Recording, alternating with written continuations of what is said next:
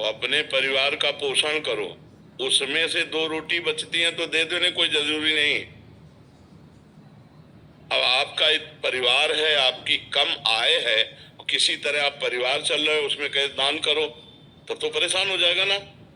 माता पिता पत्नी पुत्र परिवार में भगवत भावना करो। अगर आपके पास ऐसा लगता है कि पूरा परिवार पवाने के बाद 1 रोटी बचती है, तो रोज 1 रोटी का हिस्सा निकाल करके डाल दो, कहीं किसी गौशाला में कहीं भी खर्चा कर दो, बात अलग है। अगर आपको लगता है कि हमारे ही खाने को नहीं हो पा रहा पूरे परिवार का, तो कोई दान करने की जरूरत नहीं है। राधा राधा रटो, मेहनत से कमाओ धर्म पूर्वक, अपने बच्चों को पढ़ाओ, अपने परिवार को, ये सब सेवा ही है।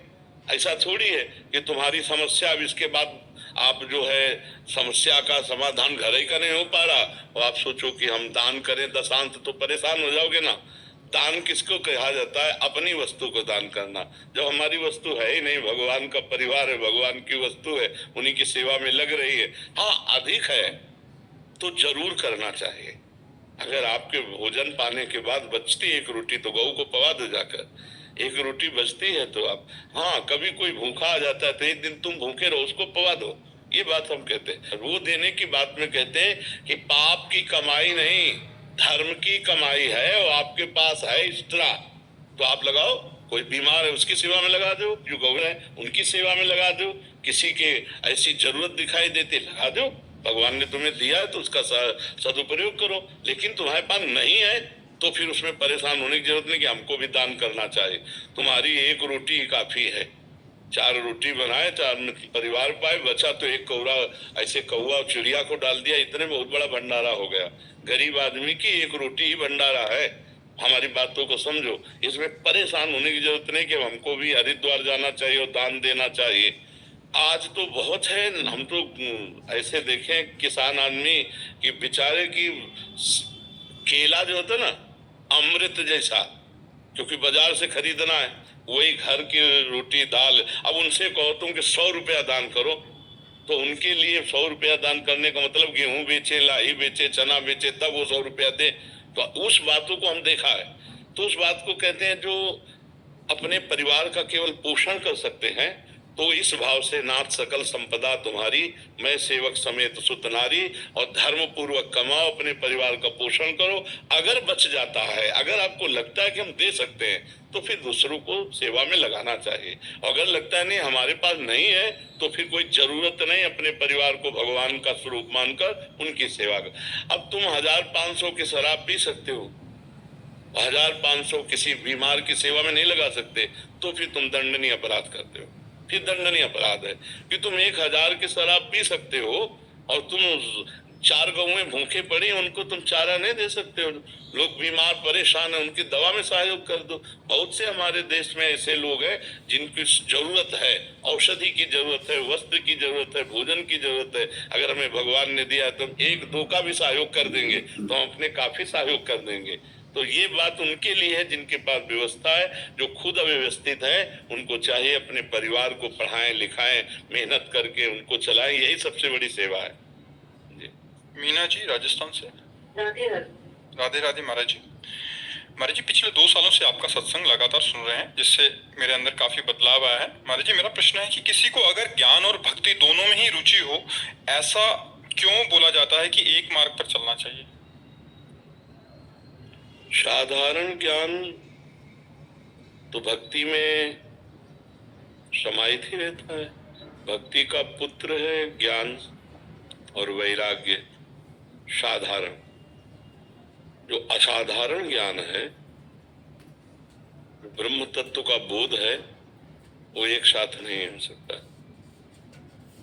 सेवक स्वामी का भाव और मैं ब्रह्म हूं कैसे हो सकता है? जहां सेवक और स्वामी, किसका प्रश्न है? जहां सेवक और स्वामी का भाव है वहां मैं ही स्वामी हूं, तो कैसे बात बनेगी? एक सीमा तक जो साधारण ज्ञान है वहां तक तो भक्ति साथ चलती है, फिर मोड़ हो जाता है। सीमा तक ज्ञान जैसे जगत नाशवान है, समस्त भोग दुख में है, समस्त संबंध भ्रमात्मक है, ये ज्ञान ही तो हो रहा है। लेकिन जब ज्ञान इस बात का कि मैं ब्रह्म हूं, जब वही ब्रह्म मैं हूं तो सेवक कौन है? सेवक तो भ्रम हो गया, फिर सेवक स्वामी भाव भ्रम हो गया। और भक्ति की सिद्धि है सेवक स्वामी भाव से। सेवक से विभाव बिन भव न तरी उरगात। कोई समझे या न समझे, सबसे हमारी समझ भली। ठाकुर नंद किशोर हमारे, ठाकुर आइन वृष भानु लली। यह भक्ति। और जब शुद्ध ज्ञान की बात आती है तो ब्रह्मविद ब्रह्मवि भवति। ब्रह्म को जान लेता ब्रह्म स्वरूप हो जाता है। सेवक से विभाव खत्म, वो मोक्ष को प्राप्त हो जाता है। वो भक्त मोक्ष प्राप्त नहीं करता, वो भगवान की रूप माधुरी, लीला माधुरी, उनके प्रेम, उनकी सेवा, उनकी दासता में मगन रहना चाहता है। इसलिए आगे चलकर दोनों मार्ग अलग अलग हो जाते हैं।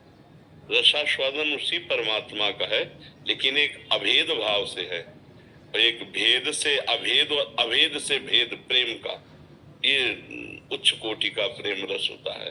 तो आगे चलकर फिर दोनों का रास्ता अलग अलग हो जाता है। ज्ञान की एक सीमा तक तो दोनों को एक ही रास्ता है, परमात्मा का है। फिर एक जाता है अभेद में, वही मैं हूं, मेरे सिवा कोई नहीं, मैं ही मैं। वो मोक्ष को प्राप्त हो जाता है। और इसमें मैं को भूल गया, तू ही तू है। समझ रहे? तेरे सिवा कोई नहीं, मेरे प्राण प्यारे प्रभु, आपके सिवा कोई। रात दिन उनके लिए रोना तड़पना, आंसू बहाना, उनकी परिचर्या, ये एक प्रेम रस है। जो मोक्ष सुख का भी त्यागी होता है वो इस प्रेम रस को प्राप्त होता है। तो साधारण भक्ति और साधारण ज्ञान ये दोनों एक साथ चलेंगे, लेकिन असाधारण भक्ति तो ये ज्ञान कर्म के अधीन नहीं है। ये परम स्वतंत्र जो भक्ति है, प्रेम लक्षणा भक्ति, ये परम स्वतंत्र भक्ति, स्वतंत्र सकल गुण खानी, और बिनु सत्संग न पावे प्राणी। भगवत प्रेमी महात्मा के संग से ही इसका रंग जागृत होता है। जो मोक्ष सुख का त्यागी है वो प्रेम अभिलाषा से पूर्ण होता है। तो कुछ दूरी तक तो ज्ञान वैराग्य भक्ति तीनों, फिर एक जो विशुद्ध ज्ञान का मार्ग है वो अलग चल देता, और भक्ति का अलग है। घाट अलग है, रसास्वादन एक ही है। उसी परमात्मा का ही तो रसास्वादन है, और वो अभेद होकर उसमें मिल जाता है परमात्मा समुद्र में, और वो परमात्मा समुद्र का सेवन पान करता रहता है। एक चीटा चीनी में मिलकर के चीनी बन गया, यह ब्रह्म ज्ञानी। और एक चीटा चीनी के किनारे लगे हुए स्वाद लेता रहता है, यह है भक्त। कौन सा आपको पसंद आएगा? मैं ऐसे तो ब्रह्म ज्ञान भी सुनती हूँ। सुनना, देखो बाजार में गए तो सब कुछ देखते हैं, लेकिन आप खरीदे क्या? बात यह नहीं कि मैं हीरे की भी दुकान में गई, मैं सोने की भी दुकान में, आपने खरीदा क्या? बात यह है ना, आप किस मार्ग की पथिक है? वही मुझे थोड़ा सा कंफ्यूजन। अब मतलब अभी चौराहे पे खड़ी है, कंफ्यूजन अभी तो आप चौराहे पे खड़ी है कि मैं चलूं तो किधर चलूं? आप किलोमीटरों की जानकारी कर रही है। अभी तो ब्रह्म ज्ञान और भगवत प्रेम में बहुत अलग की बात हो सके। हमारी प्रार्थना, हमारी अगर प्रार्थना मान लें और आप नाम जप करें तो जो चाहेंगे वो मार्ग आपको प्राप्त हो जाएगा। प्रभु का नाम बार बार जप कीजिए, और आपको चाहिए तो शुद्ध ज्ञान हो जाएगा, आपको चाहिए तो प्रेम हो जाएगा, आपको चाहिए सांसारिक भोग तो वो भी मिल जाएंगे, भगवान चाहिए तो भगवान भी मिल जाएंगे। नाम जप नहीं है तो इन कोरी बातों से माया पर विजय प्राप्त नहीं किया जा सकता। चाहे जितना कोई बात कर ले, ऐसे ऐसे लोग हैं जिनको ग्रंथ कंठस्थ है, तो क्या वो माया विजयी हो सकते हैं क्या? ग्रंथ कंठस्थ होने से माया पर विजय थोड़ी प्राप्त होती है, भजन बल होने पर माया से विजय प्राप्त होती है।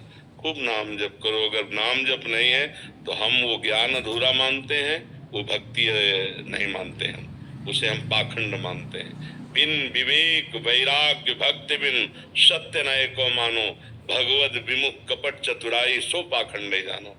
तो वो बिना भजन के बारी मथे घृत हो ये बरु शिकताते बरु तेल, बिनु हरि भजन न भवतरी या सिद्धांत पेल। पानी मथने से भले भी घी निकल आवे असंभव, असंभव संभव हो जाए, वो स्वामी जी कह रहे हैं। बालू पेरने से भले तेल निकल आवे असंभव, बोले ऐसा भी हो सकता है, पर बिना भजन के आप भव समुद्र से पार नहीं हो सकते। भजन जरूरी है। खूब नाम, जो नाम आपको प्रिय हो खूब नाम जप करो। नाम जप करती है? हाँ, कौन सा नाम प्रिय है? मुझे सब नाम अच्छे लगते हैं, कभी राम कभी राधा। हाँ, अभी कहरा शुरू करो तो फिर ज्ञान तक पहुंचा जाता है नहीं? खूब नाम जप करो, जो नाम प्रिय हो खूब नाम जप करो जी। वीरेंद्र